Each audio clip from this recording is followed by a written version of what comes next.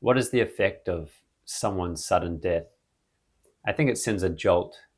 It makes us realize that this is real. Like nothing else does. It makes us realize that we're not all just here having fun, floating around in a cloud. This is real. Life is real. Choices matter. The way you choose to live your life matters. Things have consequences. Tragedy is real, and evil is real. It's the kind of thing that puts things in perspective, which just is to say that sudden death helps us see things more clearly for what they really are.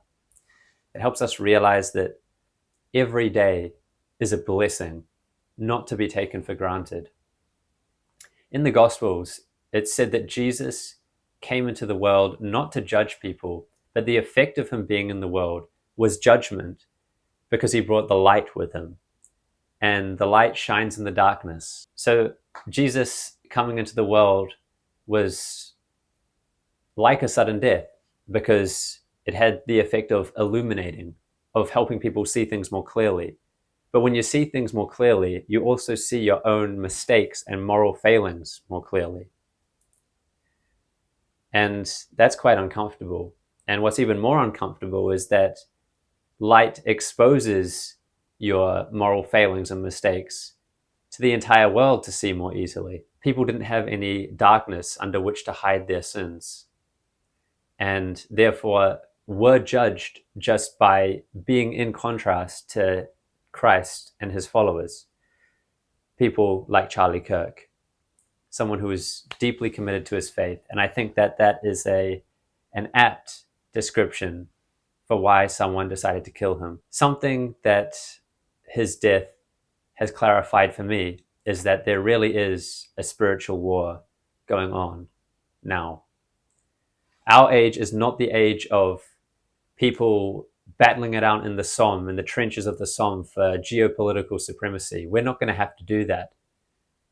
Our age is the age of spiritual warfare, of the angels and the demons, of our human nature fighting it out for our souls and for the soul of humanity.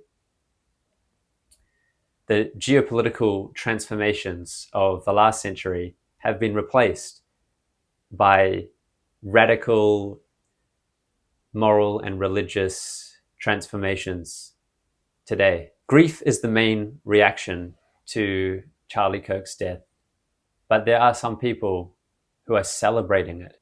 Celebrating murder is pure evil, if that needs to be said. And the people who do it are on the wrong side of this spiritual war. There are no uniforms in, this kind of conflict like there were in World War II. But to celebrate murder, that is a clear dividing line. To do so is a manifestation of the demonic parts of our human nature, the parts that Charlie was against. Right from the beginning, he said that he did what he did in terms of the outreach and the debating because talking is better than violence. And when people who disagree with each other in society, in a marriage, when they stop talking to each other, that's when bad things happen. Getting any enjoyment whatsoever out of someone's murder indicates a kind of spiritual sickness.